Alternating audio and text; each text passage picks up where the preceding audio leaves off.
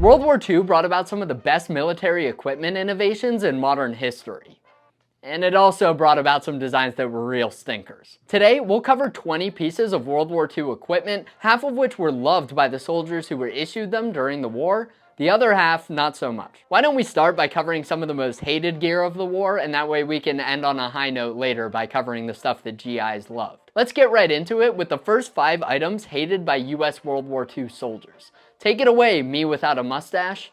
Now keep in mind that not all soldiers during World War II shared the same negative opinions of the pieces of gear we're going to cover today. There were millions of US soldiers serving in World War II, and they were doing different jobs in different places under different conditions, so their opinions varied widely. One reason I wanted to make this video is because I have this 1945 issue of Yank magazine that has an entire article dedicated to sharing soldiers' opinions of the gear they were issued. Keep in mind, these aren't in any particular order. This isn't a ranking or a tier list, but without any further ado, let's get into 5 of the most hated items that US soldiers had to use during World War II. Gonna take some of this stuff off, it's getting hot in here. Item number 1, sleeping bags.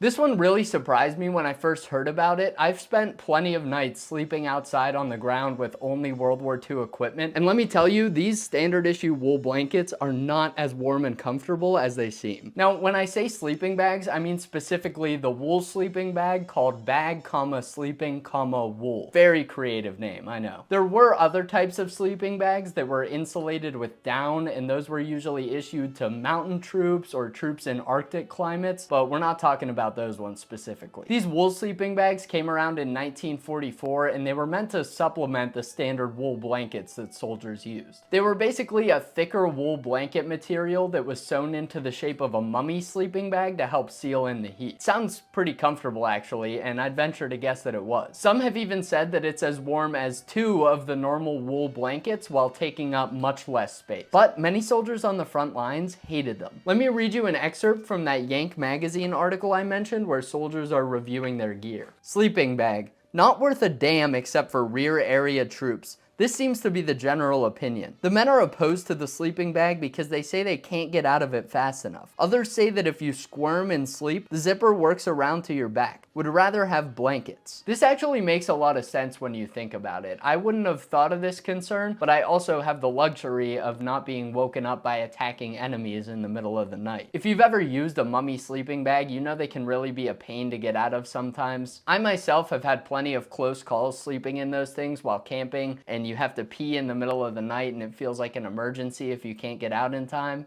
And even though that might have felt like a life or death situation at the time, not being able to get out of your sleeping bag to grab your rifle when you're under attack could actually get you killed. Item number 2, gas masks. For this one, soldiers didn't necessarily hate the item itself, but they did hate carrying it. More specifically, having to carry that instead of other stuff that they wanted to be carrying. Most frontline soldiers in World War II were constantly on the move, and it wasn't uncommon for them to have to carry all of their possessions on their person at any given time. Imagine you're a US soldier fighting in Normandy during World War II, and you have to carry everything you need to keep fighting for days at a time on your person. Now imagine that your field jacket doesn't have many pockets, and the most storage you have is in your small haversack that you wear on your back that can only fit a couple items in it and isn't even waterproof. But you were given another bag. This one is waterproof. It can hold almost as much as your haversack, and it's designed to be worn comfortably with your haversack on. The only problem is this bag is being used to carry your gas mask. Now you have to choose between carrying your gas mask, which, let's be honest, you probably won't need. The enemy hasn't used gas yet, and the initial invasion is over. If they were going to use gas, they would have used it by now. At least that's what you're thinking. Or getting rid of your gas mask and using the waterproof bag that it came in to store extra food, ammunition, cigarettes, stuff that you'll definitely need to keep yourself alive during the next few days of fighting. For many soldiers, that was an easy decision. Carrying around that mask was just a nuisance, and since the enemy never ended up using gas against the US during the war, the gamble those soldiers took paid off. I've heard of this being done with the M7 gas mask bag, which is this waterproof one, and the M6 lightweight gas mask bag, which isn't waterproof, but is still a really convenient sized bag to carry your things in. Ditching your gas mask was probably most common after major operations like D-Day, because pretty much all troops were issued gas mask bags out of an abundance of caution, but after a couple days, most soldiers felt pretty confident that gas wouldn't be used. Now, actually carrying your gas mask did become more commonly enforced towards the end of World War II, because the Allies were concerned that even though Germany didn't use gas so far, they might try using it as a final act of desperation, since they knew they were likely losing the war anyway. Like most other things, whether or not you could ditch your gas mask also depended on your specific unit and how they were enforcing it. I've heard some argue that soldiers would never ditch their gas mask because the mask was serialized and they would have had to return it. I'm sure it was enforced that way in some units, but that was not the experience of 83rd Infantry veteran Clifford Snyder, who said this in an interview with the West Point Center for Oral History. I was responsible for making sure that everybody maintained all the equipment they were supposed to have, you know. I got a little notebook. I still have it. Well, gas masks were the biggest problem, because the compartment where you kept the gas mask, you could get about 3 K rations in there. And that was a little more important than a gas mask. So we'd throw them away. And at the end of the war, when I was discharged in Fort Dix, they wanted to charge me $14 a piece for 3 gas masks, and I blew my top. So I didn't have to pay for them. So yes, they did keep track of your equipment, but how much does that really matter to a 19-year-old soldier who's putting his life on the line? Item number 3, the wool shirt. Now, I don't know that this was as disliked as some other items on this list, because overall it's a very practical garment. But some soldiers didn't like these shirts for one main reason. The wool used to make certain versions of the shirt was very coarse, and it irritated some soldiers' necks. Now, obviously that wouldn't make the top of a list of a frontline soldier's concerns during World War II, but it did irritate some soldiers enough that they found creative ways to keep the shirt from rubbing on their neck. Troops wearing these wool shirts can often be seen wearing makeshift neckerchiefs, often made from nylon parachute fabric or some other material. During D-Day, tons of camouflaged nylon parachutes were used by paratroopers during the invasion, and they didn't exactly need them for anything once they landed on the ground. Not only did paratroopers often take their own parachutes and cut off strips of material to use for scarves and many other things, but non-parachute infantry would often find the parachutes and use them for their own purposes. I mean, these parachutes were everywhere. Everyone was using them for different things. Some German soldiers even cut up parachutes and made camo helmet covers out of them. Now, if I were a US soldier with an irritated neck and I walked past a parachute on the ground, you best believe I'd be cutting that thing up to make myself more comfortable. These wool shirts were issued to soldiers throughout the war, and they went through some major changes during that time. Most applicable to this topic, the weave of the wool on these shirts varied widely on different models made throughout the war. I own about a dozen original World War II era wool shirts, and no two seem to be the exact same texture. The early war shirts are a very fine weave that's super comfortable and luxurious, but the later shirts were a thicker, coarser material that was probably more warm and practical, but perhaps a bit less comfortable in some situations. I've covered this in some videos in the past, and people are always commenting like, oh, this kid's just so soft. No World War II soldier would have cared about their neck getting a rash during World War II. But hey, don't shoot the messenger. I'm just telling you what the guys actually did back then. Soldiers during World War II wanted to be as comfortable as possible in the bad situation they were forced to be in. Number 4, the M41 jacket.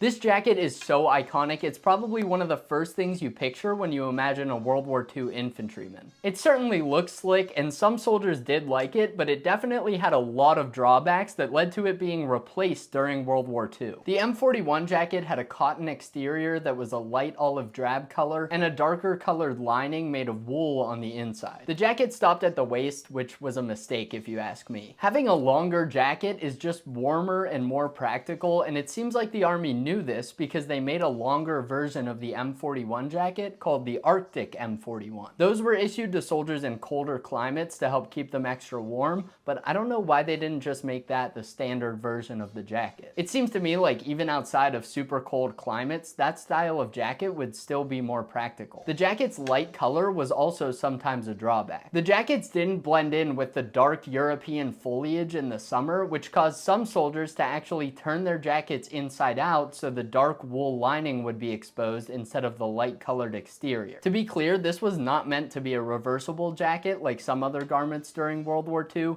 Soldiers just came up with this technique to try to blend in better with the environment they were in. And when soldiers start wearing their jackets with the wool lining that's meant to keep them worn on the outside, you know it might not be the best jacket suited for their situation. But the jacket's color still wasn't the biggest drawback of the M41 in my opinion. I think the pockets on the M41 jacket are the worst part of it. I mean, they just suck all around. The jacket has two pockets on the front that have no snaps or buttons to close them. The pockets are pretty small, and because of the way they're angled, things fall out of them really easily when you're on the move. In my opinion, these pockets really aren't good for much other than resting your hands in them when you're standing around. And like I mentioned, even if you can keep your stuff from falling out of the pockets, you just can't fit much in there to begin with. Like I've said, soldiers often had to carry all of their possessions on their person while they were moving around, and that becomes very hard to do when you can't even make use of the pockets on your jacket. Soldiers were forced to find ways around this, like stuffing the pockets full of things and then cinching their cartridge belt around the top of the pockets to try to keep everything inside, or just stuffing all their belongings into the top of their jacket and cinching their belt around the bottom to keep anything from falling out. That method's often called the GI gut because it makes you look like you have a big gut. All of these problems were solved, or at least improved by...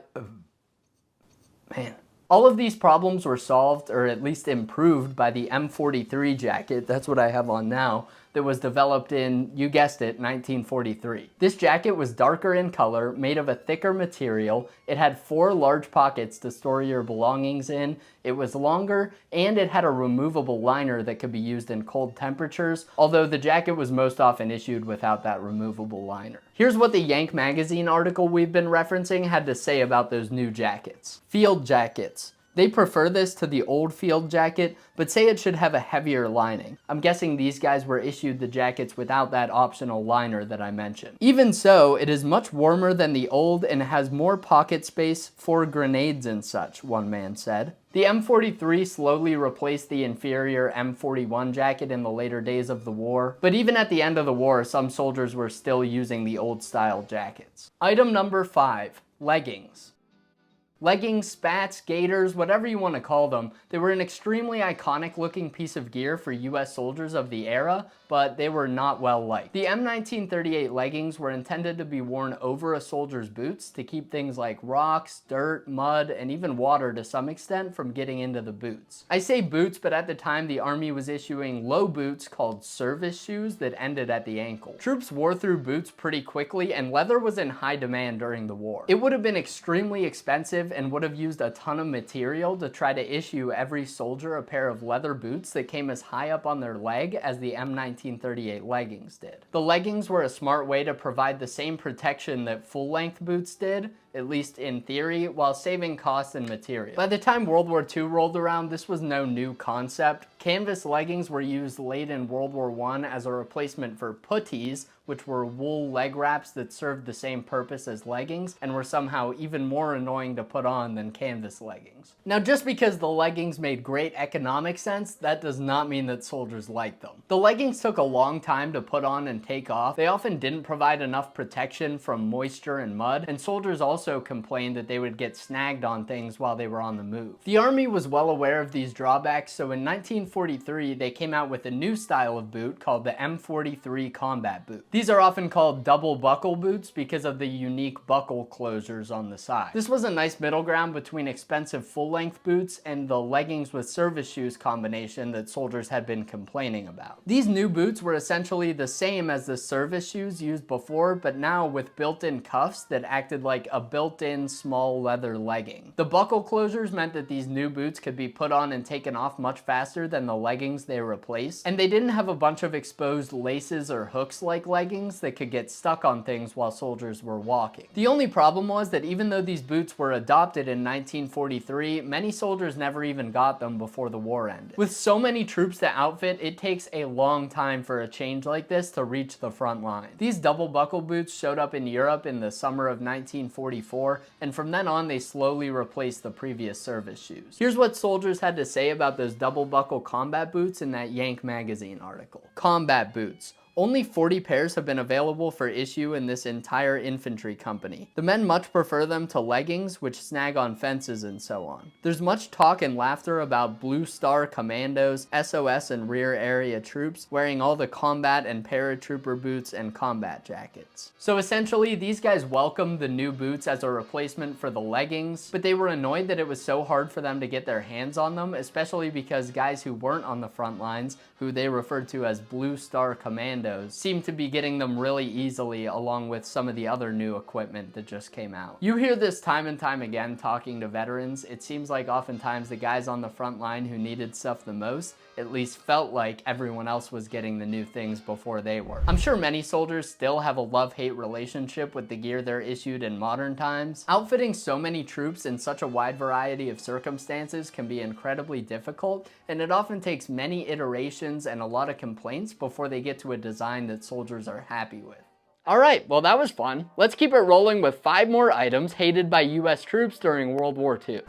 Item number 1, the assault vest. Nowadays, combat vests and chest rigs are very common for militaries around the world, but that really wasn't the case during World War II. US soldiers typically used ammo belts like this with items hanging off of them, or maybe bandoliers, but vests weren't very common. That is, until 1944, when the Army issued out large numbers of a new assault vest in preparation for the D-Day invasion. These vests were based off of a British concept, and they were meant to give soldiers more room to carry all the different stuff they would need for an amphibious invasion. The Army found that the standard haversack just wasn't big enough to carry all the different equipment a soldier might need for a big operation like that, but these new assault vests had plenty of different pockets where soldiers could store all of their grenades, ammunition, food, everything they would need to keep fighting for days on end after an amphibious invasion. And since the assault vest allowed you to have it in pockets instead of all on your back, it was a lot more convenient. Well, not really, but that was the idea. In reality, most soldiers hated these vests, and they had some very good reasons for that. First of all, they had so many pockets and so much room to put stuff in that they ended up being really heavy and bulky. For something intended to be used during an amphibious operation, this is probably the last thing I would ever want to have attached to me when I was thrown into the water. The vest has so many pockets that you're surrounded by heavy stuff, and it wraps all the way around you. If you went into the water with that thing on, it would be a serious struggle trying to get it off. The assault vest did have quick release straps on the front, so that in theory you could pull it off if you fell into the water, but some soldiers reported that once the straps got wet, the webbing swelled up and it made it impossible to pull the straps off, which kind of defeats the entire purpose of having quick release straps if you can't release them in the situation you need them for. You hear these assault vests referred to by all different names like assault jacket,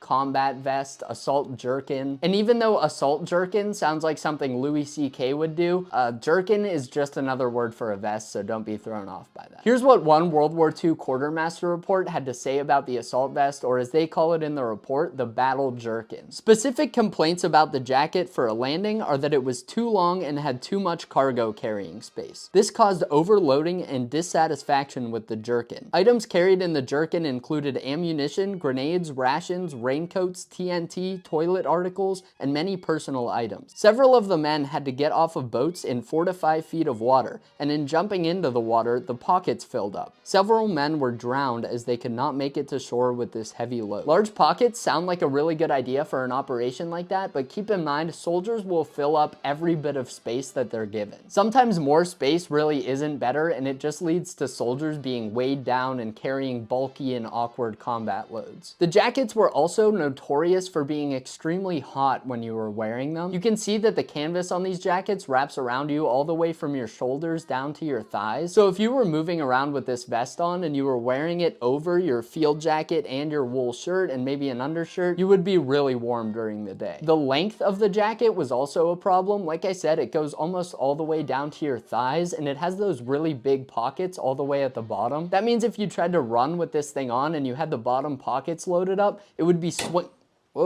it would be swinging around and banging off of your legs and it would make it really difficult to move. For that reason, some soldiers actually cut the vests in half. They would cut off the whole lower portion, removing those heavy bottom pockets. The assault vest also had that one large pocket right in the middle of your back, meaning if you wanted to get your stuff out of there, you pretty much had to take the whole thing off to access it. So I've heard stories of some soldiers cutting that off as well. As I mentioned, there were already plenty of pockets to carry everything you needed, so that big one in the back wasn't always necessary. With all those drawbacks, the assault vest really didn't see much use. Some soldiers were issued the vest and ditched it before they ever got on their boats for D-Day. Other soldiers ditched the vests on the beach or shortly after landing, and by just a couple weeks after D-Day, the assault vests were almost entirely abandoned. Unsurprisingly, when the US Marine Corps tested the assault vest to see if it's something they wanted to use, they found it was too heavy, hot, bulky, and just impractical, and decided they did not want to use it. Unlike a lot of other items we'll cover on this list, there really wasn't an improved version or a one-to-one replacement for the assault vest. It seemed like the Army just kind of wanted to get rid of them and forget the entire thing ever happened. Item number 2, the M1928 haversack. This one could be the entire video right here. There are designs that aren't user-friendly, and then there are designs that are just straight up hostile to the user, and that's the M1928 haversack. The haversack was the standard pack used by enlisted men in the US Army for most of World War II, and it made up the majority of packs used by the Army in pretty much every theater of operations. The M1928 haversack was based on the M1910 haversack that was used during World War I. The only real change was that they added some straps to keep it from swinging around as much when you're moving, and they made a couple tiny adjustments. But I don't know who looked at the M1910 haversack, which again I think is just a terrible design, and said, oh, you know what, let's add one more strap to this to go on your belt and then it'll be perfect. If you couldn't tell already, I am a certified haversack hater, so I might be a little bit biased on this one, but having used them so much at World War II reenactments, I feel I'm qualified to speak on how annoying this thing is. The haversack was actually a great design on paper. It was super easy to make. The pack doubles as suspenders to hold up your belt, and it was also modular, so it had removable pieces that you could put on or take off depending on what you were doing with the pack. In reality, the design sucks. I don't know who looked at this and said, oh yeah, that's exactly what a soldier wants in their pack. They don't want just a normal bag that they can put objects inside of. They want a flat piece of canvas that they have to lay on the ground and meticulously wrap their items in and strap it closed. The musette bag was also used during World War II. That one was pretty much designed like a standard bag. It had one large compartment and a flap at the top to close it off, but that pack was really only given to officers and other people with specific jobs. Officers almost always got the best stuff, and I know it isn't true, but sometimes I wonder to myself if they just gave out the haversack to enlisted men so that officers would seem so special in comparison because they got a normal bag that a human being would design. So let's dig into why some soldiers hated this. I mentioned that the haversack was modular and that was good on paper, but in practicality, the modularity was kind of unnecessary. I think it was good that it had spaces where you could put on and take off a shovel or a bayonet, but the haversack had this big pouch on the front that was made to carry your mess tin or meat can. It's called the meat can pouch. But from what I've seen, soldiers pretty much never took that pouch off of the haversack. If they weren't carrying their mess tin, they would just use that pouch to carry something else. So I don't know why they didn't just build that into the inside of the pack or something. Some soldiers took the meat can pouch off the haversack to just use the meat can pouch, like to put it on their belt or something. But even then, the pouch wasn't designed to be carried on your belt, so you would have to sew it in some way to modify it so that you could actually carry it separate from the haversack. Maybe if they wanted to make it modular, they should have thought of that. The pack also had what's called a pack tail or a diaper that went on the bottom of the pack, and that was used to hold your bedroll. Maybe that made sense to use in training when soldiers are marching around with their gear all rolled up nicely, but it seems like those pack tails were pretty much never used on the battlefield. Instead, soldiers typically rolled up their blankets and just tied them onto the top of their haversack, or made what's called a hobo roll, where you roll everything up and use one of the ropes to sling it over your shoulder. So when soldiers start tying blankets onto their pack, instead of using the feature on the pack that's, you know, specifically designed to carry your blankets, you know you probably have a bad design on your hands. And the worst part of the haversack, in my opinion, the haversack also closes in a very strange way, but it made it so small items could easily fall out of the haversack if you were moving around. And it also meant that to get things out of the bag, you pretty much always had to take the whole thing off, lay it out flat on the ground, and open the entire thing up to get to what you needed, as opposed to, you know, any other bag where you just open the top and then reach in and get what you want. Soldiers in World War II were known for being constantly on the move, and it was a very mobile army, so a pack that you have to take off and lay on the ground every time you need something out of it, it just doesn't make a lot of sense. Why don't we do a quick demonstration, and I'll pack and unpack my haversack together with you guys so you can see why I hate it. I'll try not to get too frustrated in the process. Alrighty, let's get started. So I have my haversack here and a bunch of items to put in it. Just keep in mind, this isn't meant to be a demonstration of everything that a soldier would have realistically carried. I just kind of have a smattering of items here to show how you actually pack this thing and use the haversack. So as you can see, I already have my M1943 entrenching tool on here. This goes behind this front part called the meat can pouch, and I have my bayonet on here as well, which clips onto the side. So let's grab our mess tin or meat can and shove that in there. Now, soldiers didn't always carry these. A lot of times on the front lines, soldiers would forego the full meat can there, and instead they would just eat out of their little canteen cup. Let's close that up. Now we're going to fill up the main area of our haversack.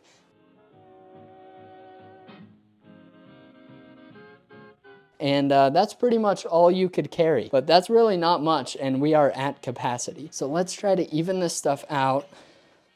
And then what I'll do is take this weird tail part at the bottom, move it up to the top, and then, like I said, try to wrap all these straps around this like an envelope or something.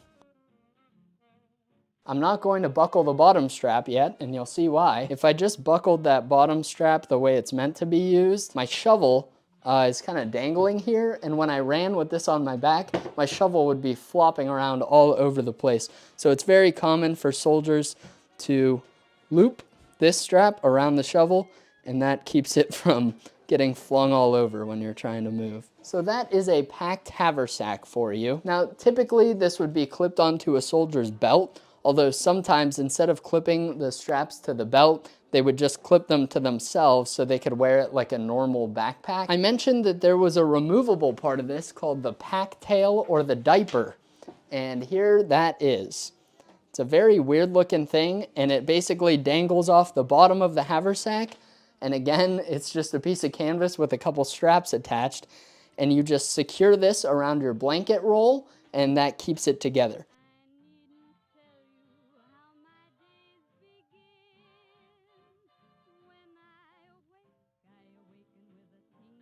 But then if I take my bedroll, you can see how that goes in. So we'll just buckle that one at the top, I guess. This thing sucks. I hate the haversack. The haversack started to be phased out towards the end of World War II due to all the downsides that I've mentioned. The packs that replaced the haversack still weren't perfect, but they did have a lot of improvements, like removable suspenders, so you could use suspenders without having the pack on them. That wasn't an option with the haversack, and some soldiers even ended up cutting the pack off to just use the straps as suspenders. The new packs also had improved systems that could be used to carry blankets and shelter halves. And best of all, in my opinion, they went back to the design of a normal bag with a flap on the top. Not sure why it took them so long to get back to that basic backpack design, but the military has basically been using packs that work with that same basic method ever since. There is one thing I really think they got right with the haversack, and that was the size. The haversack was pretty small and it couldn't fit a lot of items, but as I mentioned before in this video, that can actually be an upside. Giving soldiers such a small bag made sure that they only carried the bare necessities and weren't overloaded loaded with unnecessary equipment. Later in World War II, some soldiers were issued the M1943 pack. That pack did have some improvements, but it was much larger, and a lot of soldiers actually complained that it was too big and bulky and they didn't need to carry that much stuff. That M1943 pack didn't last long, and they quickly went to a 2-pack system where a soldier could wear both of the packs if they needed to carry a lot of stuff, or they could just wear one of the 2 packs when they needed to travel light. Item number 3. The airborne leg bag. The airborne leg bag is infamous due to its use by US paratroopers on D-Day. The leg bag was a British design, and it was actually a very smart one if you ask me.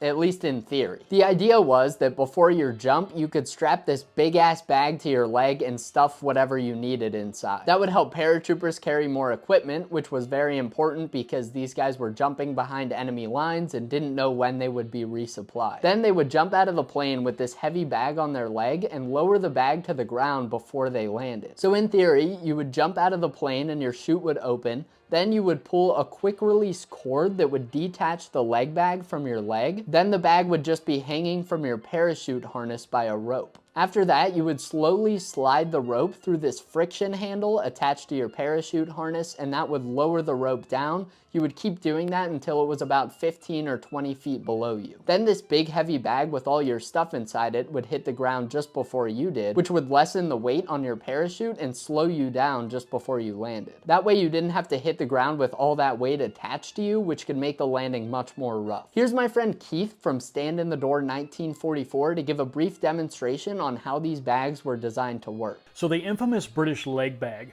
So these were being used by members of the 506th on D-Day with rather negative results. But the major reason for that is not so much of the design issue of the bag itself, but rather that the troopers of the 506 were not being given proper instruction on how to actually deploy one of these bags on a parachute jump. So as we look at the back part of this bag, we can see the 2 straps that are going to be the actual attachment points to attach this bag to a paratrooper's leg.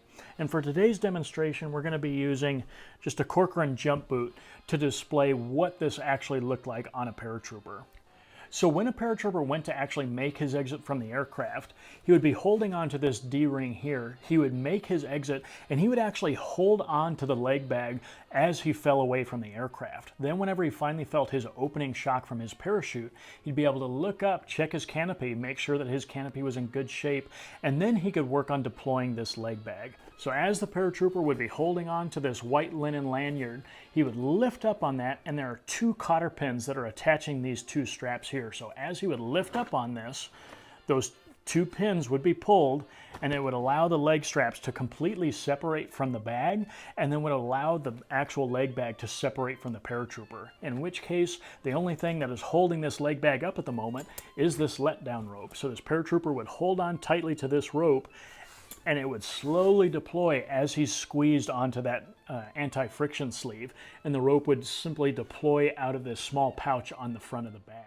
Thanks, Keith. You guys can see more from Keith by subscribing to Stand in the Door 1944 on YouTube. He posts a bunch of really cool World War II airborne stuff there. So those leg bags had a really slick design, but for US paratroopers, the implementation of this bag ended up being almost a total failure. I've heard that British paratroopers actually had great success using this bag, and that's why the US wanted to adopt it in the first place. But if British paratroopers liked it so much, why did US soldiers end up hating it? Well, for starters, they implemented these bags at the last second. Most US paratroopers were given these bags just as they were getting ready to jump for D-Day. That means they didn't get to use these bags during any of their training, and that made a lot of soldiers overload these bags with way too much stuff, making them way heavier than they should have been. The jump conditions on D-Day were also not typical. Many planes were traveling way faster than they were supposed to be when the paratroopers jumped, and that meant there was more prop blast from the planes and a much harder opening jolt when your parachute deployed. When those factors combined, the heavy jolt from your parachute opening and a leg bag that was way too heavy,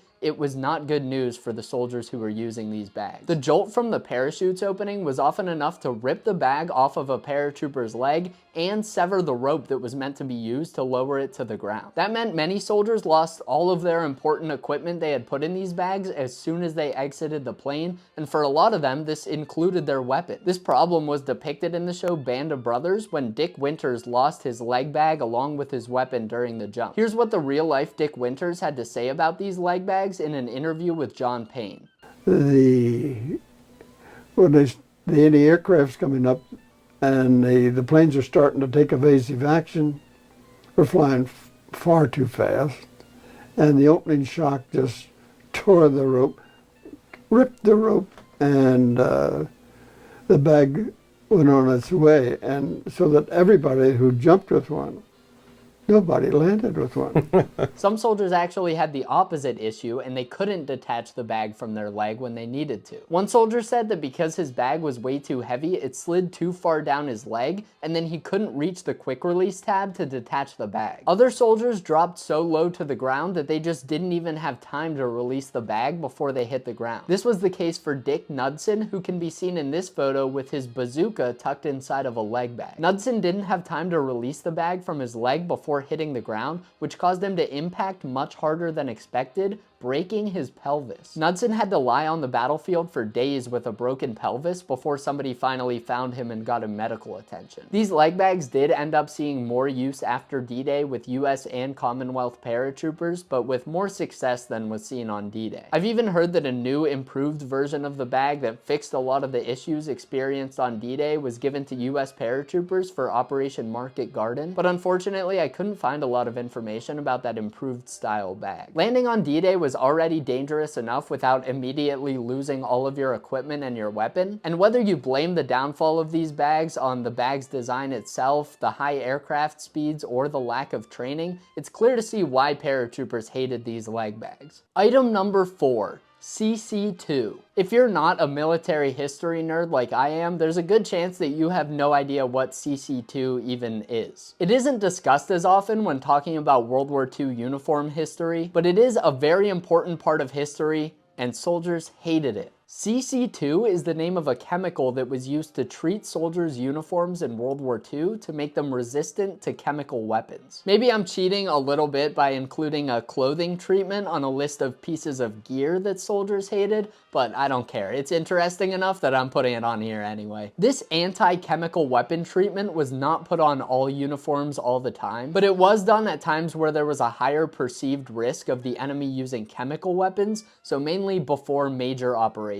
When we talk about chemical weapons like poison gas, people often think about gas masks and trying to avoid breathing them in, but a lot of these chemical weapons were also designed to irritate people's skin. The Army implemented a lot of different methods to prevent gas from contacting soldiers' skin. One of them was implementing a protective cover that soldiers could pull over themselves in the event of a gas attack. They also made modifications to uniforms, like adding extra flaps to seal off the cuffs and collars of uniforms where gas could get in. And of course, like we're talking about now, they started treating uniforms with CC2 to seal up the fabric so that chemical weapons couldn't make it between the fibers and contact a soldier's skin. CC2 was a very waxy, oily substance, and uniforms were typically mixed in a big vat of the stuff to make sure they got coated. This was not done at the factories where the uniforms were made. It was usually done much later, sometimes with soldiers even needing to hand in their uniforms so they could be treated with this chemical and then given back. This stuff was nasty, and it definitely did a good job of sealing up the uniforms, but it also left them with an uncomfortable waxy feeling that got rid of all the breathability of the fabric. Wearing a CC2 treated uniform feels like you're wearing a garbage bag. It seals in all the heat and it makes you sweat like crazy as soon as you start moving. Here are some really interesting quotes from World War II soldiers about these CC2 impregnated uniforms that I found in a neat article by Foxhole Fashion. Joseph S. Baylock, 20th Field Artillery. We decided that our impregnated clothes we had on were beginning to burn us, and that it was a good chance to change our impregnated clothes at the next hedgerow. Spencer Worst, 505th PIR. All our clothes were chemically impregnated to protect us against gas attacks. They were very, very uncomfortable because no moisture could evaporate through the cloth. In hot weather, they acted like a rubber raincoat. You can identify CC2 treated uniforms in original photos because the process gave the uniforms a darker color and left a white residue on the surface of the fabric. Oftentimes, World War II reenactors like myself will try to mimic this process on our uniforms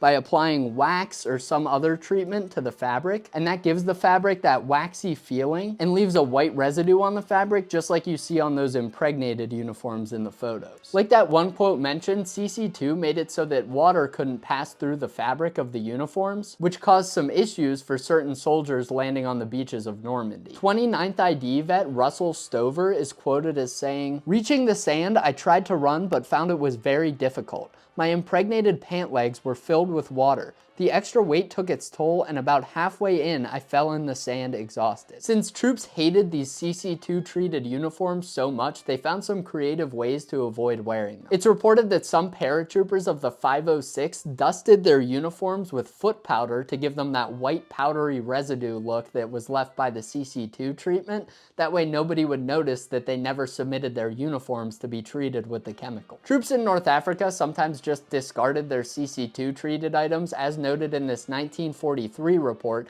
that I found in an article by the Smiley GI. It says impregnated clothing was issued to troops only to be carelessly abandoned. Soldiers in Normandy commonly boiled their CC2 treated uniforms in large pots of water to remove the chemicals from the fabric. Of course, chemical weapons were never used against the US in World War II, so these preparations didn't end up being necessary in the end, but when it comes to chemical weapons, I'd rather be safe than sorry. Item number 5. The M1 helmet. Unlike some of the other items on this list, I think the hate for this is unwarranted. Overall, the M1 helmet was pretty well liked, but it did have one feature that soldiers hated: the chin strap. Many soldiers during World War II were convinced that their M1 helmet could kill them if they buckled the chin strap under their chin. The main explanation for this was that if an explosion went off nearby, the concave shape of the M1 helmet would capture the blast and be shot upward, causing the chin strap to break your neck or even rip your head off. In my opinion, that was a total myth. I think any blast that was close enough to you to shoot your helmet off with enough force to break your neck would certainly kill you anyway. The shock wave alone from an explosion that powerful is probably going to leave you in itty-bitty pieces, so I don't think worrying about your chin strap being buckled was really necessary. There are other versions of this myth too, like pretty much the same thing, but if a bullet ricochets off, it could have the force to break your neck, or that if an enemy snuck up behind you, they could grab your helmet and use it to break your neck, or slit your throat, or pull you over, something like that. That one seems possible, I guess, but it's still probably safer to have your helmet strapped on so that it's protecting your head. I've also heard people say this was because if you jumped into water with your helmet strapped, it could tug on your chin and break your neck or something like that. But most soldiers weren't jumping into deep water all the time. I think if you were gonna do that, you could just unbuckle it and then jump. I don't think that one's really applicable to most situations. This myth about the chin strap being dangerous wasn't just a localized thing. It spread throughout the whole military, and in some cases, orders were even issued telling soldiers not to use their chin strap. Here's an order passed down on July 2nd, 1944 that instructs soldiers on how to wear their helmet. When personnel are likely to be subjected to blast, the chin strap of the steel helmet will not be fastened under the chin. Casualties in North Africa and Italy included men whose necks were broken due to the upward thrust of concussion inside the helmet, the chin strap having been buckled under the wearer's chin. The chin strap will habitually be worn buckled around the rear of the helmet just above the rim. The headband of the helmet liner will be adjusted to the wearer's head to fit snugly and aid in holding the assembled helmet and liner in place without fastening the chin strap under the chin. I would argue that it's likely much more dangerous to wear your chin strap unbuckled than it is to have it buckled. Check out this photo of two sailors on Utah Beach diving for cover as a bomb drops nearby. One of them is trying to hold his helmet on while the other's helmet flies off. When a bomb is dropping, that's probably the most important time to have a helmet on your head, and if it's flying off your head every time you dive for cover, that kind of defeats the purpose of wearing a helmet. There was also a report given by the 1st Battalion 180th Infantry Regiment stating that the leather chin strap on the liner was the culprit for some deaths, even when the thick web chin strap was strapped around the back of the helmet as ordered. The report reads, "We have never had any casualties from broken necks as a result of men having their heavy web helmet chin straps down during bombing and shell fire, but we did have several casualties from the light leather chin strap in the liner. It is a 7th Army Army ordered to keep the heavy strap fastened at the back of the helmet, but a number of our men wore the light liner strap around their chins. In several cases, the helmets were blown off and the thin straps strangled the men before they could be assisted or help themselves. They were probably groggy from the concussion and unable to loosen the straps that were cutting off their windpipes. We actually lost 6 men this way, and they had not a mark on them. After that, we cut the liner straps off in this battalion. That one seems a bit more feasible because they're talking about this little liner strap getting wrapped around your neck and strangling you, not being forceful enough to break your neck or rip your head off. I guess I could see that happening if your helmet got knocked back far enough in a blast and this was caught around your neck, but I do kind of find it hard to believe that 6 different men in that group all had the exact same thing happen to them and died in the same way. Of course, it's impossible to know how accurate those reports are, and if you did find a dead body with the liner strap wrapped around the soldier's neck, it would be easy to conclude that that's what killed them, when in reality they could have been killed by a blast, concussion, or a number of other things. The Army was well aware of this myth, and whether or not they believed it was true, they knew they needed to do something to get soldiers to start buckling their helmets again. So they introduced the new T1 helmet strap. The clasp from the T1 strap could be retrofitted on existing M1 helmet straps, and the clasp would break open if more than 15 pounds of force were applied to the helmet strap. This meant that in theory, if this myth were true and you had your helmet clasped under your chin, the strap on the helmet would break before it could break your neck or cause any harm to you. Thinking that the strap on your own helmet is going to kill you would definitely be concerning to soldiers, and it's understandable why so many of them didn't buckle their helmet straps given the prevalence of this myth. I think it's safe to say that soldiers hated these straps considering they were convinced it could get them killed. And it does make me wonder how many soldiers were killed by preventable head injuries after having their helmet fall off because they didn't have it buckled.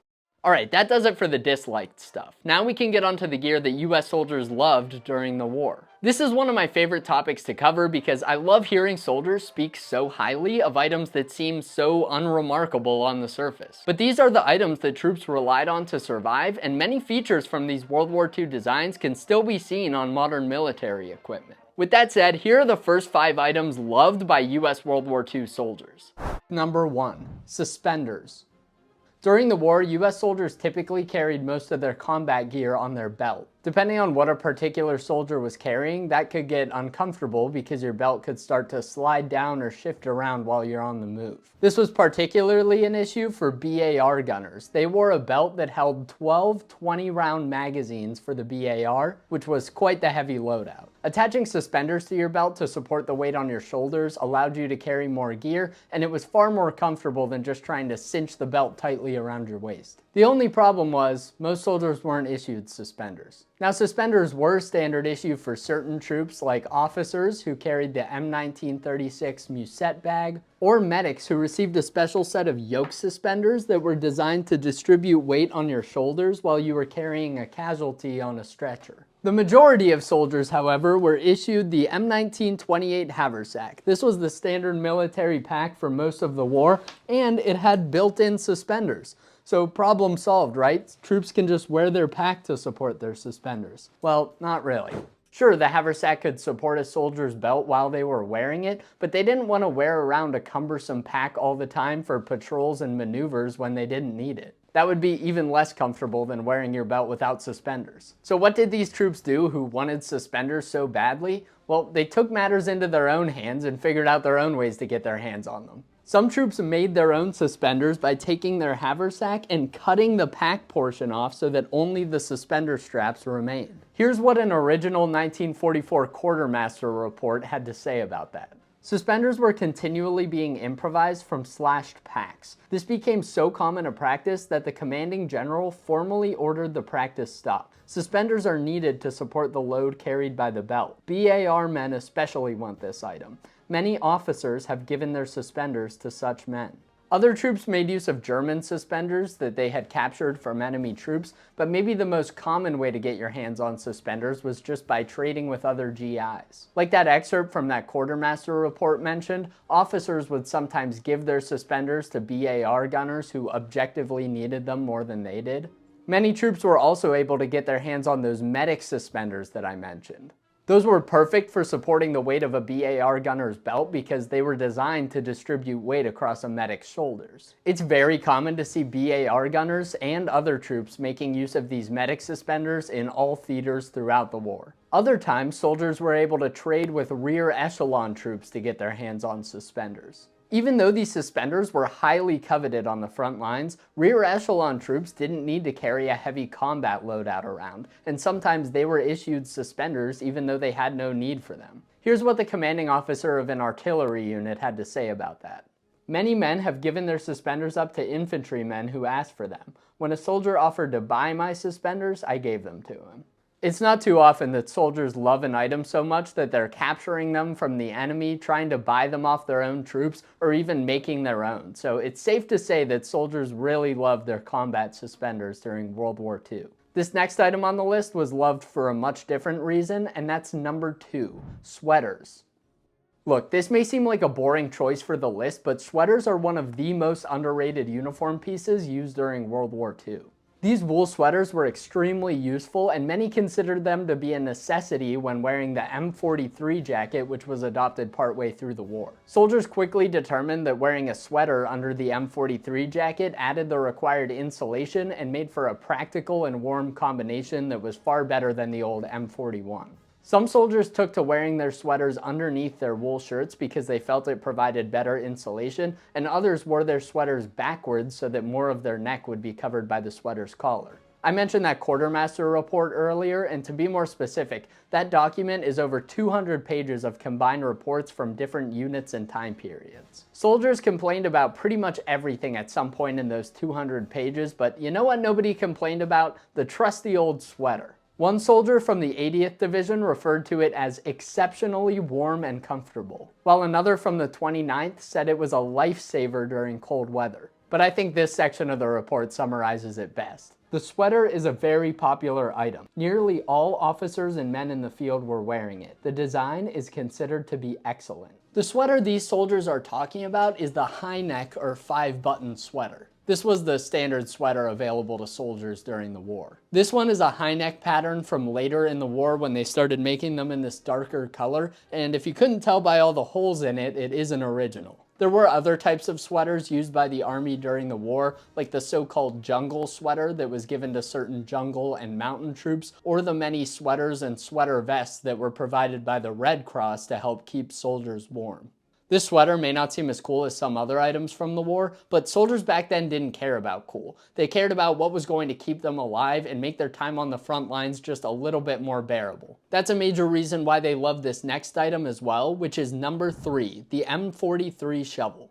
Soldiers did a lot of digging during World War II, and a good foxhole could mean the difference between life or death. So naturally, having a good entrenching tool was extremely important to soldiers on the front lines. If you think that quartermaster report spoke highly about the sweaters, wait till you hear what troops had to say about their shovels. A soldier from the 84th said, "This item is very important and is giving excellent performance. The story is told of several men who passed through a battalion aid station holding their shovels in their hands and not allowing even the medics to take them away from them." Another soldier said, "Men will not be without this item. If they had to be without one, the rifle or the entrenching tool, they would rather do away with their rifle." Many soldiers carried their shovels religiously. Even when they would ditch their packs and other gear to travel light, many soldiers would attach their shovels to their belt or tuck it into their suspenders so they could have it with them just in case. This meant that in addition to being good at digging, the shovels needed to be as compact and portable as possible. To understand why soldiers loved the M43 shovels so much in particular,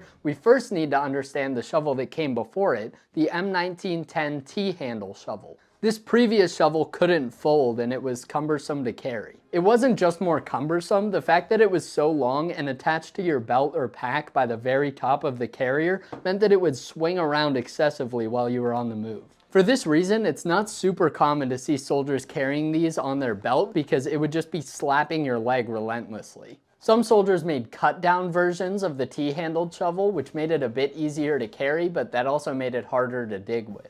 Now this new M43 shovel had a folding head, which was inspired by a similar German design. This may seem like a small change, but this was a luxury for frontline troops.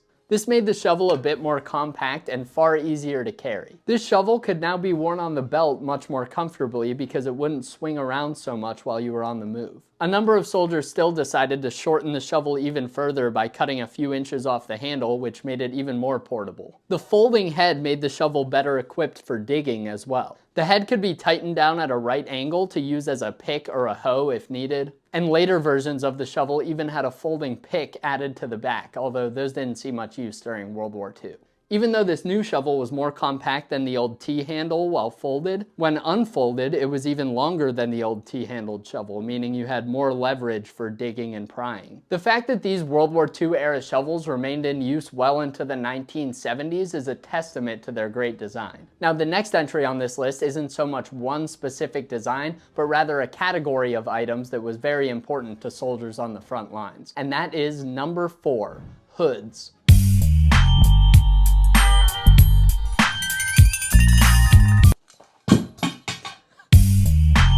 Like with the sweaters we covered earlier, anything that makes you a bit warmer was much appreciated by soldiers on the front lines. Unfortunately, the standard issue wool cap for US soldiers, often called the Jeep cap, was not a great design. This is the cap that was available to most soldiers, but unfortunately the cap doesn't cover much more than the top of your head. Soldiers could roll down the flaps, or even wear the cap inside out to cover a bit more of their face, but this still didn't help too much. Sometimes soldiers would cut the brims off these hats so they could stretch it down a bit further to cover more of their face, and occasionally soldiers would even run a string through the hem after they cut the brim off so they could tie it down under their chin, stretching the cap down and really maximizing its coverage. Because of these shortcomings with the standard Jeep cap, soldiers came to love any item that could provide some extra warmth to their face and neck. One common hood that filled this role was the gas hood. This wool hood was intended to be worn in case of a chemical attack to protect soldiers' skin from poison gas. It was pretty thick, and because it was meant to protect against poison gas, it sealed up really well with a soldier's field jacket and only had a small opening in the front for your face. Good for keeping gas out, but also good for keeping warmth in.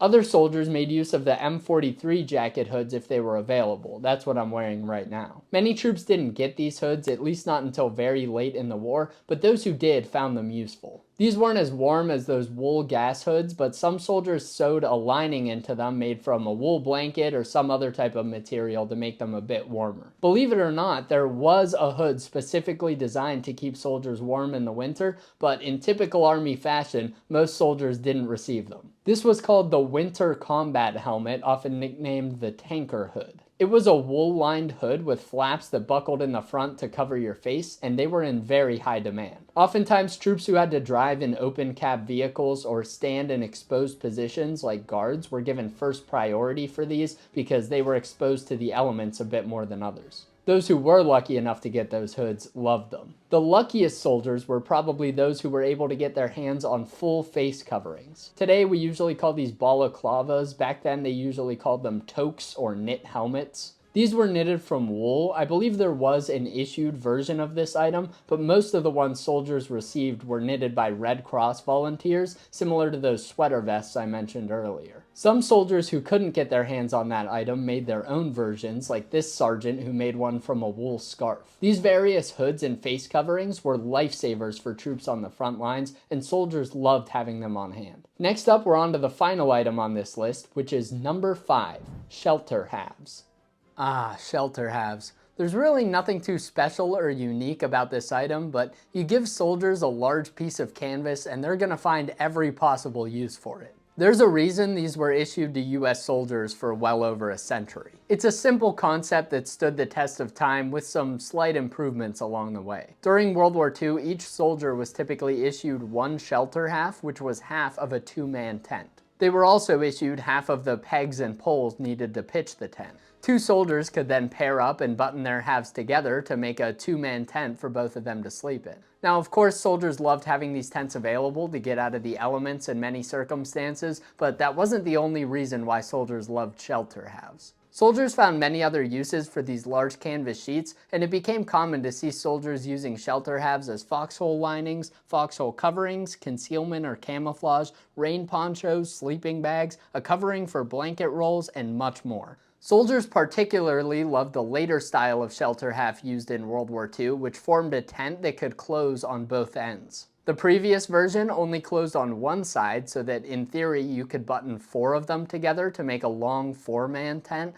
but it seems like soldiers rarely ever did that, so I'm not sure why the Army used those as long as they did. This later version of the shelter half was also made from a darker color canvas that was a bit thicker than the previous ones. This made the shelter halves more durable and waterproof, and the darker color helped them blend in better with their surroundings. Here's what one of those quartermaster reports had to say about that style of shelter half that closed on both sides. Only a few of the troops had this type, but those who did definitely preferred them over the old open-end type. In the forward areas, it is not always possible to pitch tents. In these cases, the troops wrap themselves in blankets. Shelter halves are being used to improvise sleeping bags, especially in the 3rd Armored Division. These frontline troops were just doing the best with what they had available, and the shelter half was an important tool to help them do that. Not every piece of gear has to be some over-engineered piece of technology to get the job done. Today, we often focus on the groundbreaking or unique equipment designs, but oftentimes the gear that soldiers loved the most had been around for some time and was gradually tweaked to meet their needs. A trusty old piece of canvas may not seem as interesting as some rare experimental equipment design, but this seemingly insignificant gear is what soldiers relied on every single day to stay alive on the front lines. That was fun. As much as I like to hear troops complain about the gear they use, and that's not a joke, I really do find that interesting, I think it's even better to hear about some of the little things that made life just a bit more bearable for troops on the front. Let's move on to the final 5 items loved by US soldiers in World War II. Number 1, paratrooper boots.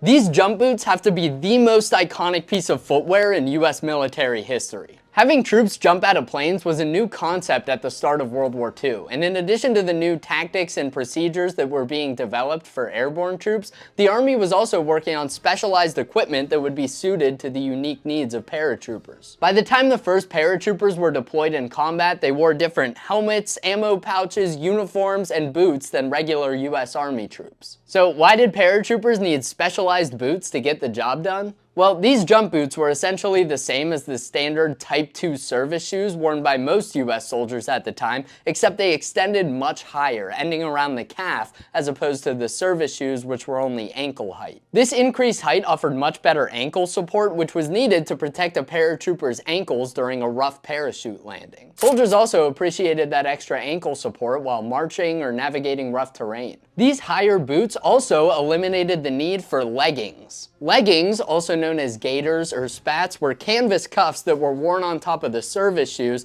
to keep debris from getting inside your shoes. The leggings were tightened using a series of hooks and laces, and there was likely some concern that these could become snagged on a paratrooper's rigging during a jump or cause some other issues. It was just another thing that could go wrong, and most soldiers weren't fond of leggings to begin with, so eliminating the need for leggings was definitely an added bonus of the jump boots. These were just all-around great boots, and paratroopers loved them. But they didn't just love them because of the functionality, they loved them because they were special. These soldiers were fighting in America's cutting-edge elite fighting force. They received special training, they were issued custom gear, and the Army was bragging about this new elite force all over the place to boost morale. These guys thought they were hot and honestly, they kinda were. Everyone else in the Army had to wear those stupid low boots and leggings, but not them, not the paratroopers. If they walked into a room wearing these boots, everyone immediately knew they were special, and they were damn proud of that. Because of the boots' great design and the unique identity they afforded paratroopers, troops were not too happy when these boots were replaced by the M1943 combat boot in 1944. Even though these boots were a bit quicker to get on and off due to the buckles on the side, most paratroopers considered them to be a downgrade from their jump boots. These new boots didn't offer the same ankle support as the jump boots, they weren't as waterproof, they didn't insulate the feet as well in cold weather, but worst of all, they were giving them to regular infantrymen.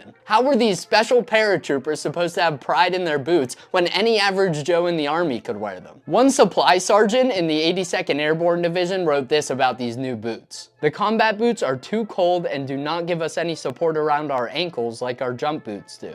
Many troops held on to their old jump boots and either continued to wear them instead of the new combat boots, or kept them in reserve so that they wouldn't wear out in battle and they could continue wearing them with their dress uniforms. The tradition of US paratroopers wearing jump boots with their dress uniforms still continues in certain airborne divisions to this day, and Corcoran, the main company that produced these boots during World War II, still makes a boot that's very similar to the World War II jump boots. Despite the fact that these boots were designed for the airborne, there was a demand for these boots among regular ground troops as well. The idea of having some extra ankle support and not having to wear leggings over your boots was very appealing, and some US soldiers in Italy started taking their service shoes to local cobblers who added material to the top to make them similar to jump boots. These modified boots are often called MTO boots by collectors today, MTO standing for Mediterranean Theater of Operations. I'm sure the paratroopers would have loved to be the only special soldiers to get to wear these boots, but that didn't last for long. The jump boots ended up being used for a number of other purposes during the war, and other troops were keen to get their hands on a pair of these, not just because of their functionality, but because of their status. Certain troops in the Navy Beach Battalions, Navy Combat Demolitions Units, Engineer Special Brigades, and Army Rangers were issued jump boots leading up to D-Day to aid with their specialized roles. The boots also became available for officers to purchase for themselves, and they were flying off the shelves. The officer in charge of the 582nd Quartermaster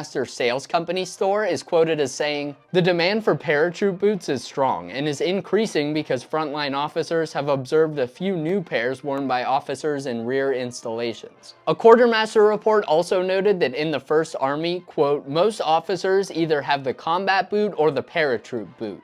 These boots weren't just for the boys either. Female nurses seemed especially fond of the paratrooper boots, probably because their alternative footwear option kinda sucked. A quartermaster report had this to say regarding the 97th Field Hospital nurses. A general desire for paratroop or combat boots was expressed. The present field shoe was reported as being not adequate for field use because it did not keep out water. A different section of the report stated, "A sales store reported that between 400 and 500 pairs of paratroop boots were sold to the nurses in the past 30 days. The sales store also reported nurses are not buying field shoes." Paratrooper boots were also issued in some other pretty unique circumstances. An article from the 90th Infantry Division Preservation Group reports that in 1942, the Army declared certain individuals as lacking the mental acuity and motor skills to use leggings. I mean, these can be a little tricky to figure out at first, but come on. Those soldiers had to be issued substitute footwear since they couldn't figure out how to use the leggings. That meant that for some, wearing paratrooper boots really did mean you were special, just not in the way the paratroopers had in mind. Even though the jump boots ended up being used pretty heavily outside of airborne divisions,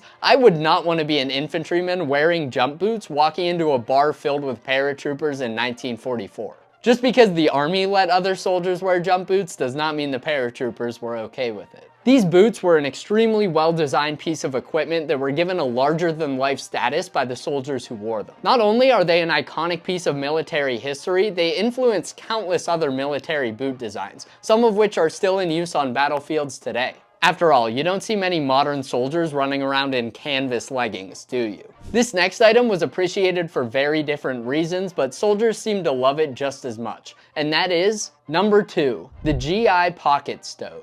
The stove, cooking, gasoline, one burner, better known as the GI pocket stove or sometimes the M1941 stove, was a small gasoline-powered stove used by soldiers in World War II. And man, that thing was a luxury on the front lines. It would be hard for me to understate the importance of a hot meal to soldiers who were living on the line. When soldiers weren't on the front lines, they often ate hot meals cooked by field kitchens, but it wasn't possible to set up those big field kitchens on the front. When possible, meals were prepared in kitchens behind the lines and then brought forward to troops in insulated mermite containers, but more often than not, soldiers had to rely on rations for sustenance in combat. This little stove made the difference between choking down your rations cold or enjoying them as a hot meal. The stove also allowed soldiers to cook in small groups on the front. The stove's container doubled as a cooking pot, and it was common to see troops combining bits from everyone's rations along with locally sourced ingredients to cook a meal for their squad. I would eat a meal like that over a cold sea ration any day, and for troops living on the line for extended periods of time, meals like that were an incredible morale booster. The role of the stove wasn't just limited to cooking either. Here's what a quartermaster report had to say about the stove's use within the 3rd Armored Division. This stove is not only used for cooking purposes, but probably more often for other reasons, such as heating water for shaving, washing clothing, taking sponge baths, and providing heat in small tents and hastily constructed structures for drying wet clothing. When soldiers were living outside in the winter, there weren't many things that couldn't be improved by the warm flame of a pocket stove. Many other utility items like this were often left in the rear when soldiers moved out to the front lines, but not these stoves. Soldiers loved them way too much to leave them behind.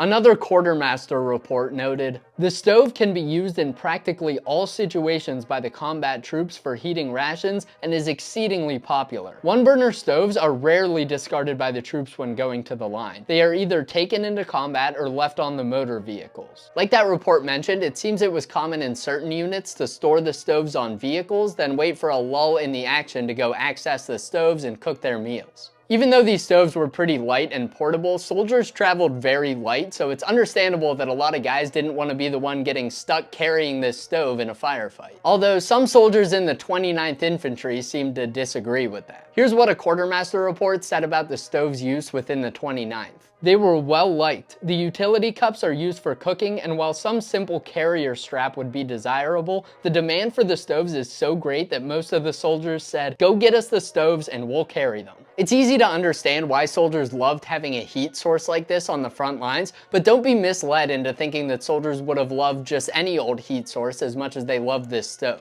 These stoves in particular were loved because of their great design. They were designed by Coleman, a company that knew a thing or two about camping stoves, and that particular design was called the Coleman 520. The stoves were extremely reliable, durable, and compact. They had fold-out feet and pot holders to keep them sturdy during use, and they could run on regular old gasoline, which was usually pretty easy for troops to come by. I already mentioned that the metal case could double as a cooking pot, but I'm saying it again because it's such a good idea. During the war, the quartermasters looked into replacing these stoves with ration heating tablets, and soldiers were not happy about that. The stove was just better and more effective than any ration heating tablet could be. Even the German heating tablets, which many US troops considered to be superior to the American ones. After the war, Coleman sold a nearly identical camping stove called the Model 530 on the civilian market. They even advertised that stove as the GI pocket stove due to the great reputation the stove developed with soldiers during the war. The biggest issue that soldiers seemed to have with the stove was just that they couldn't get enough of them. Here's another excerpt from a quartermaster report that touches on that. Armored units suggest a revision of the table of organization and equipment to provide more stoves for their units. Currently, they are provided one stove per vehicle, and this has been inadequate. The experience of the 4th and 6th Armored Divisions has been that in combat, they must eat by tank crews and half-track groups, and are unable to utilize their kitchens. Consequently, there is a definite need for a readjustment of the allotments of the stove, cooking, gasoline, one burner. The quartermaster reports I referenced say so many good things about these stoves that I can't even fit them all in this section, but here are some random quotes from the reports that highlight just how popular they were. The one burner gasoline stove is a very popular item among combat troops because of its compactness and ease of operation. This is a very popular item and is used extensively. Infantrymen want these stoves. This item is used extensively and is very well liked. The one burner stove is one of the best items the Quartermaster Corps issues us. This stove was such an important item for troops on the front lines, and I still don't think it gets the recognition it deserves. So I was very excited to see when it made a cameo on the big screen in Band of Brothers. Look at the little guy go, he's a natural on camera. This next item has certainly had no shortage of features on the big screen, and that is number 3, the M42 paratrooper uniform.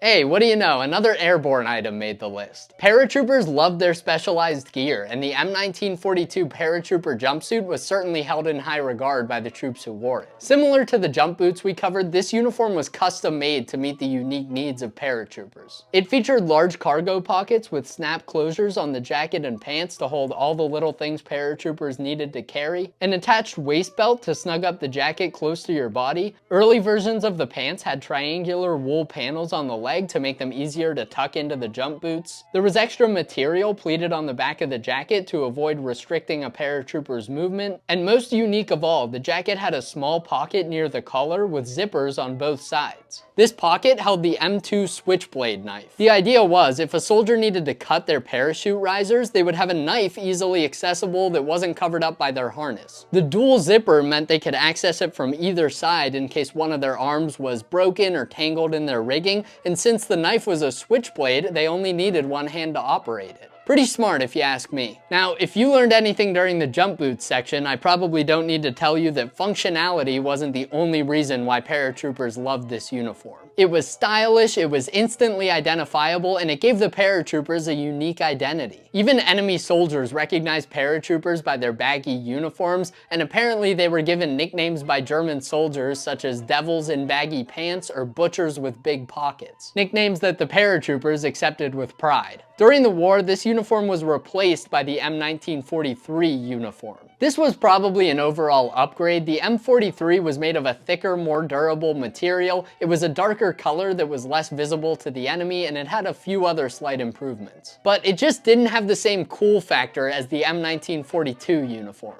Even after the new M43 uniforms were adopted, many troops held on to their old M42 uniforms, and you can see them in use throughout the end of the war. It seems that even though the M42 uniform had been officially phased out by the end of the war, that was still the uniform that most paratroopers identified with. When you see World War II airborne veterans wearing a uniform, they're typically rocking that classic M42 jump jacket that became part of their identity during the war, even though many of them probably made just as much use of the M43 uniform. It just goes to show how much those troops loved this iconic piece of airborne history. Even though this uniform was loved by soldiers during the war, it did have some flaws that I think are worth covering, and that shouldn't be surprising given that we've already covered the fact that it was replaced during the war. The biggest flaw of the M42 uniform was its twill material. Even though the material made for a comfortable and lightweight uniform, it just didn't hold up to the abuse that paratroopers put it through. They were known to tear at the elbows and knees, and the pockets would sometimes fail during jumps when they were stuffed full of equipment. To solve those issues, parachute riggers modified the uniforms by reinforcing them with thick canvas. They added this material to the elbows and knees. They reinforced the pockets to prevent them from tearing open, and they also added ties to the pants so soldiers could tie down their cargo pockets and keep them from swinging around while they were on the move. Some paratroopers had additional modifications done to their uniforms, like the addition of extra pockets.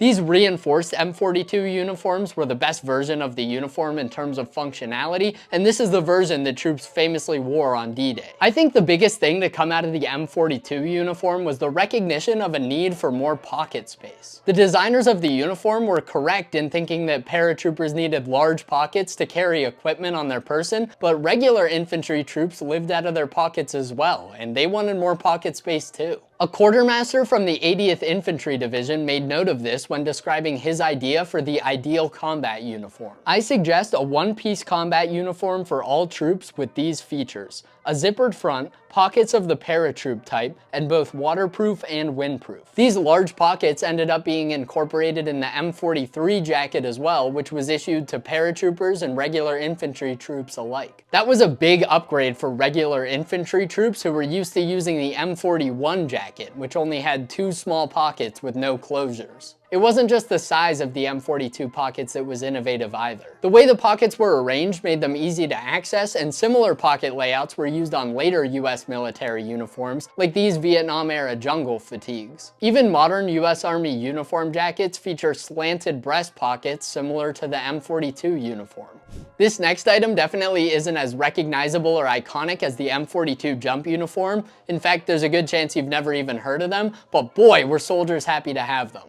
Next up is number 4, shoe packs and overshoes. These are two different items, but it makes sense to group them together because they accomplish the same thing and soldiers love them for many of the same reasons. These are two types of boots meant to keep soldiers' feet warm and dry in winter conditions. Let's start by talking about overshoes, since those were much more common than shoe packs for most of the war. Overshoes are what they sound like. They're boots that go on over your shoes, and you'll often hear them referred to as Arctics or galoshes. You could pull these on top of your service shoes, jump boots, combat boots, whatever type of footwear you were issued. Having cold, wet feet in the field wasn't just uncomfortable, it was dangerous, and it caused many soldiers during the war to develop frostbite or trench foot. The standard leather boots just weren't enough to protect soldiers' feet from the elements. After all, you can only put on so many pairs of socks inside your boots to try to keep your feet warm. The overshoes warmed your feet, they kept out snow and mud, and they just acted as an additional layer between your foot and the cold ground. There were two different types of overshoes used in cold weather. One was made of rubber, and one had an upper that was made of a felt-like material. Both types used a series of buckles to cinch down on top of a soldier's boots. It seems that in general, the rubber type was preferred over the cloth type, but the cloth ones were more common. A quartermaster report noted this about the 10th Infantry Division. This regiment used the 5-buckle rubber overshoes in Iceland for 2 years and preferred it to the cloth type. Another section of that report about the 318th Infantry Regiment says, "We received the rubber and cloth types. The men prefer the rubber overshoes because it's warmer, more waterproof, and easier to clean. The rubber type is also less tiring because it picks up less mud and absorbs no water." Some other troops noted that the cloth type wasn't quite as durable and that the buckles on their leggings would wear holes in them and the soles would crack over time. The rubber type was probably a bit less breathable than the cloth ones, but for something that's meant to keep water out, I think rubber was the better choice. Soldiers really loved having these overshoes on hand, and in general, they performed very well. With that said, strapping another pair of boots on top of your boots could be a bit clunky and awkward for some, and it became common practice in certain units to remove the overshoes before an attack so soldiers could maintain mobility. An officer in the 5th Infantry Division said this about the overshoes. "Performance to date has been very satisfactory. The commanding officers of several infantry rifle companies have their men remove overshoes before an attack for mobility and security of the individual. Other troops wear them at all times for protection against cold and wet conditions."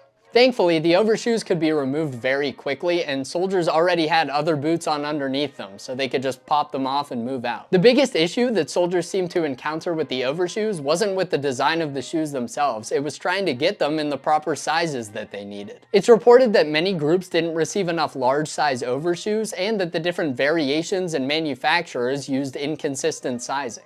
This made it tough for some troops to get overshoes in the sizes they needed, and some troops had to wear the overshoes with no boots underneath if they couldn't get a pair big enough to fit over their boots. Those troops often ended up just putting on a bunch of pairs of thick socks, then buckling the overshoes on top to keep their feet dry. The overshoes were in very high demand because they served such an important purpose for troops on the front line. I think this quote from an officer in the 30th Infantry Division helps demonstrate how effective overshoes were at protecting soldiers' feet. "Every man with trench foot in this regiment is questioned by the executive officer in an effort to ascertain the cause. Invariably, these individuals did not have overshoes." In the later days of the war, troops in certain divisions were issued a different type of waterproof boot, shoe packs. Unlike the overshoes, these were standalone boots that were worn on their own. They were made from leather and rubber, and their construction is very similar to the modern duck boots sold by LL Bean and other similar companies. These had some pros and cons compared to overshoes, but overall, I think they were a better method of keeping your feet dry. Since they weren't worn on top of other boots, they were a bit easier to move around in, and they did a great job of keeping water from penetrating the boots and keeping soldiers' feet warm. A quartermaster report stated, "About 75% of the troops in the 7th Army are equipped with shoe packs.